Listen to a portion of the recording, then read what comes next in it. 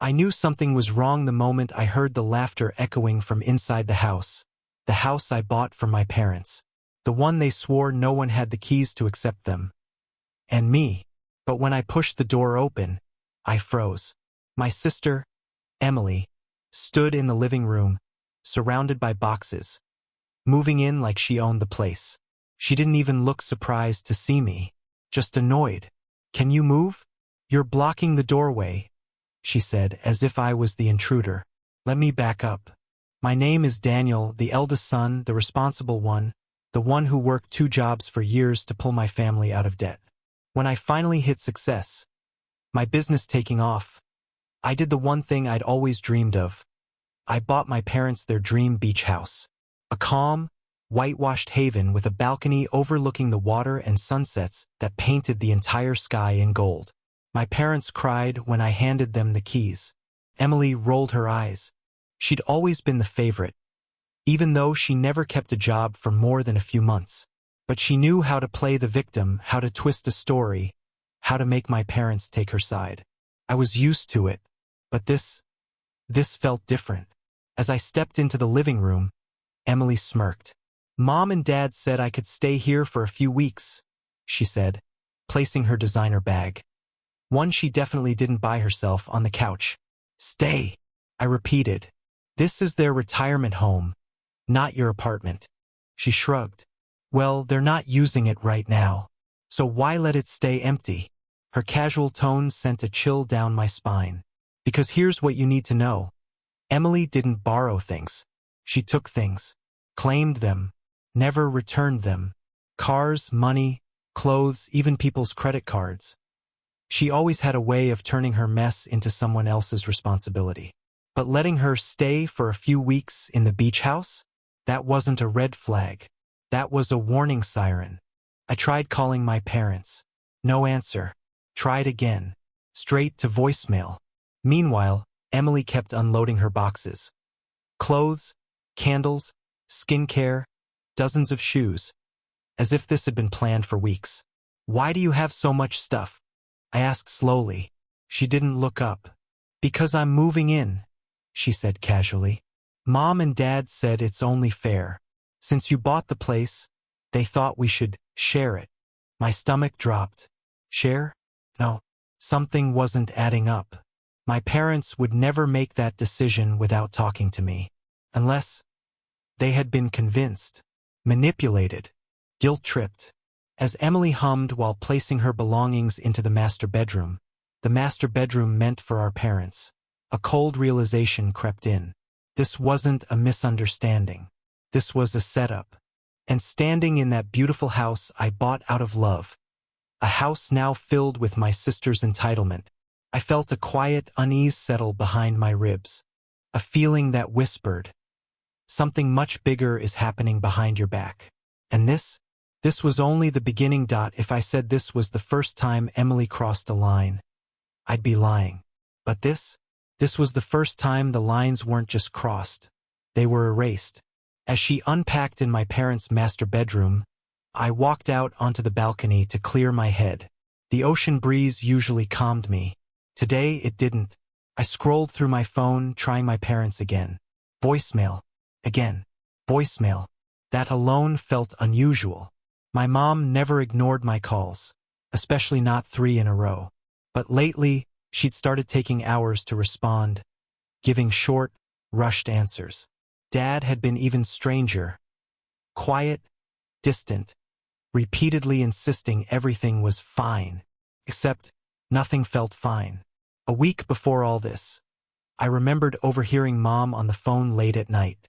Her voice was hushed, hurried. "No, Emily, you can't do that. Your brother won't like it." A pause. Then a defeated sigh.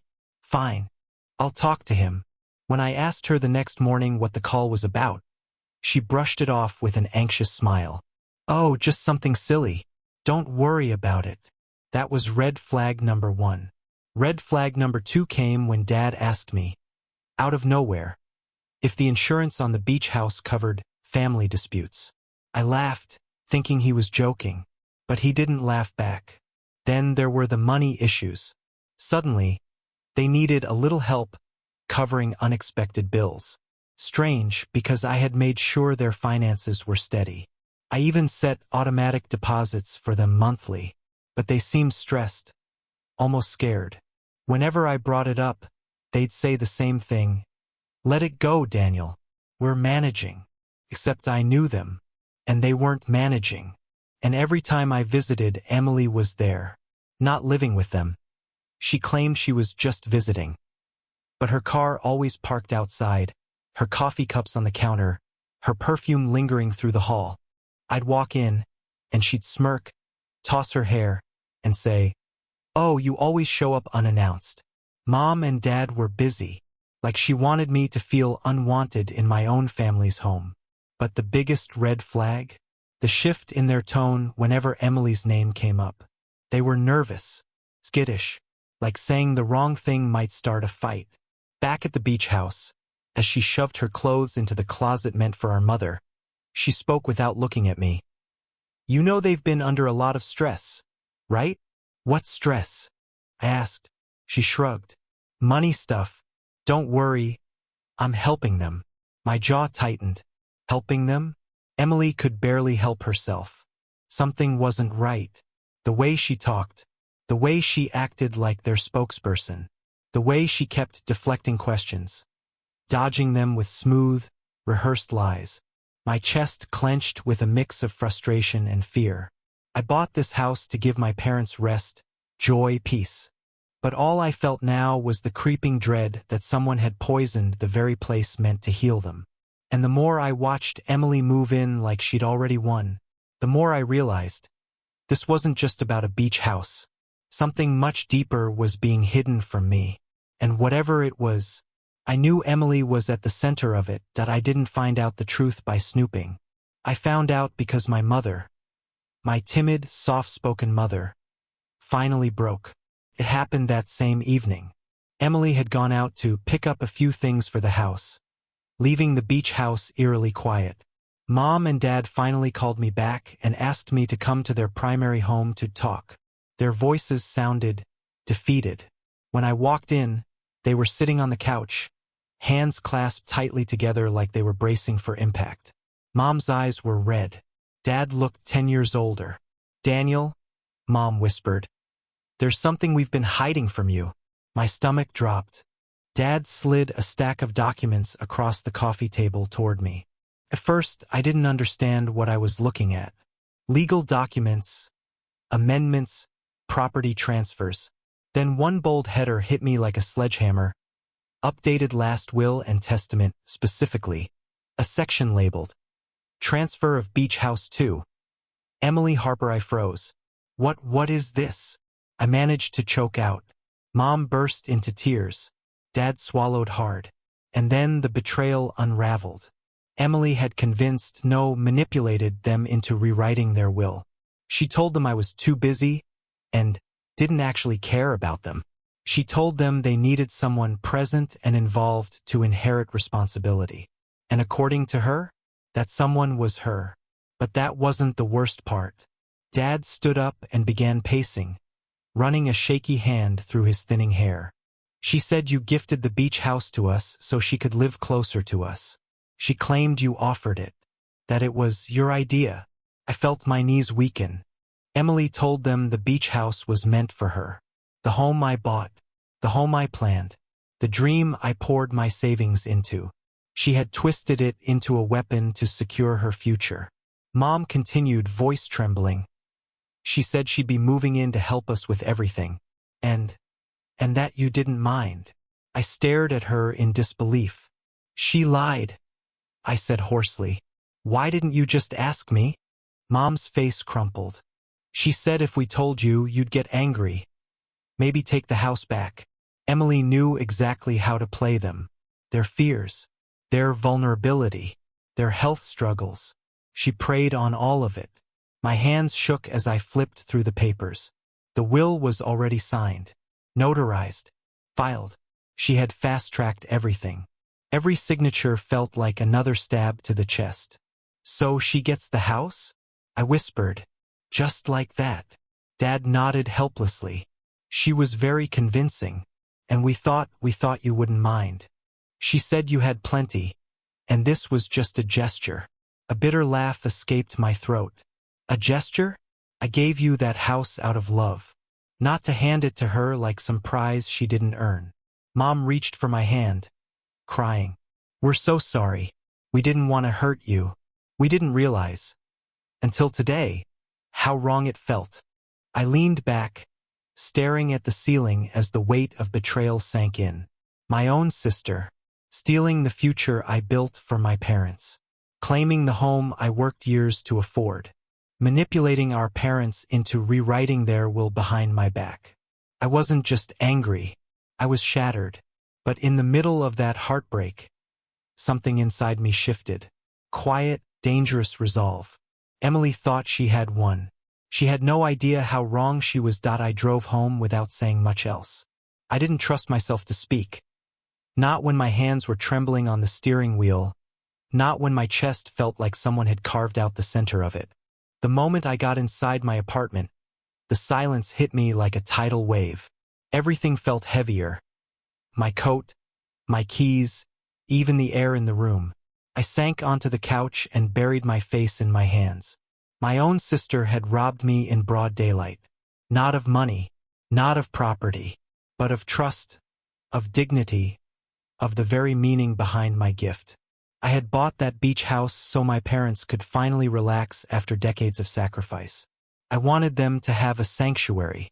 Instead, Emily had slithered her way inside like a snake claiming a nest she didn't build. The hurt was deep, but the turning point came unexpectedly. My phone buzzed. It was a message from Dad. Picture of the beach house front door, closed, locked, and beneath it, a caption. We're staying at home tonight.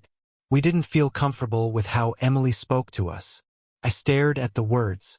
Then it hit me the moment everything shifted. This wasn't just my fight. My parents hadn't chosen Emily's manipulation. They were victims too. Victims who needed me. My vision blurred. Not from sadness this time, but from something sharper, stronger. Resolve. Emily had tricked them. She had cornered them. She had stolen the narrative. But she hadn't stolen the truth. And the truth was my greatest weapon. I stood up slowly, feeling my heartbeat steadying. For the first time since the betrayal, my breathing felt controlled, purposeful. I walked to my desk, pulled out a folder, and laid out everything connected to the purchase of the beach house. My bank transfers, the property deed, the closing statements, the renovation contracts, the home insurance under my name. Only piece by piece, an undeniable reality unfolded. Emily might have gotten her name in the will, but she had no legal right to the house itself. Not while my parents were alive. Not while there was no transfer of ownership. Not while every financial document pointed directly to me. She hadn't won. She had only acted like she had. And the more I realized that, the more my fear drained away, replaced by a cold, steady fire. Emily wasn't a mastermind. She was a bully who had finally crossed a line she couldn't step back from. I marched to the bathroom mirror and looked at my reflection. Eyes puffy, jaw tense, but something else behind them. Strength, clarity, purpose. She thinks she can take advantage of Mom and Dad because they're vulnerable. She thinks I'll stay quiet because I hate conflict. She thinks she's untouchable. I whispered to my reflection, voice steady. She has no idea who she just messed with. That night, I didn't cry again. I didn't crumble. I didn't second-guess myself. I strategized. The plan wasn't fully formed yet, but one thing was crystal clear now. I wasn't fighting for the house. I was fighting for my parents' dignity and mine. Emily had built her empire of lies. Now I was going to burn it down. Once the shock settled, everything narrowed to one clear objective. Document, protect, and expose. I couldn't act on anger. I had to act like someone who never loses. Here's how I built the plan, step by precise step. Step 1.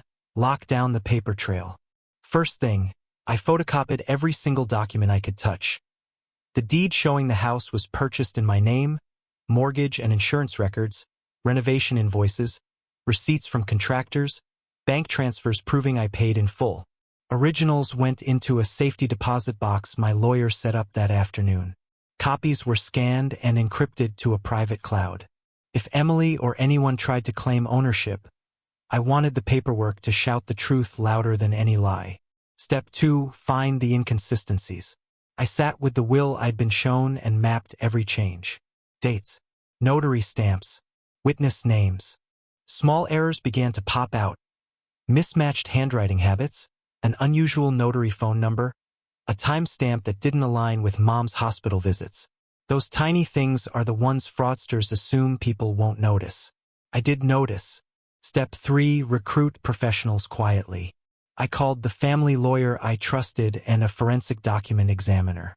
I hired a private accountant to trace any odd transfers into Emily's accounts. The moment I described the pattern, the lawyer stopped me with one sentence. Don't confront them. We build the case. We move when the net is closed. That phrase became my mantra. Step 4. Gather human witnesses. There were neighbors who'd seen Emily at odd hours, the contractor who'd repeatedly tried to confirm payments, Mom's old friend who'd mentioned whispered requests Emily made after long visits. I recorded their statements, carefully, legally, nothing hidden, only willing testimony. The more voices I assembled, the less room the lie had to breathe. Step 5. Digital evidence and traps. I quietly backed up Mom's emails, with her permission, and copied phone logs where possible. I set my phone on always record during family conversations, legally allowable where I live, and captured offhand lines like, "You won't mind if I move in." I watched Emily too. Her social posts, late-night messages, and the way she casually bragged about finally getting what I deserve. She kept acting like she'd already won. Beautiful for me, dangerous for her. Step 6. Timing and theater. If Emily felt invincible, that was the advantage. My lawyer agreed to file a quiet petition for a declaratory judgment to confirm legal ownership, timed for the morning after she returned from her getaway. No drama now, just legal pressure and incontrovertible records. I would let her sink further into public comfort while the court documents quietly brewed. That night, I sat in the empty living room, looking at the master bedroom she'd claimed. She was still unpacking in her mind, convinced of victory.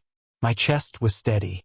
My anger had grown into a calculation so sharp it hurt to think about.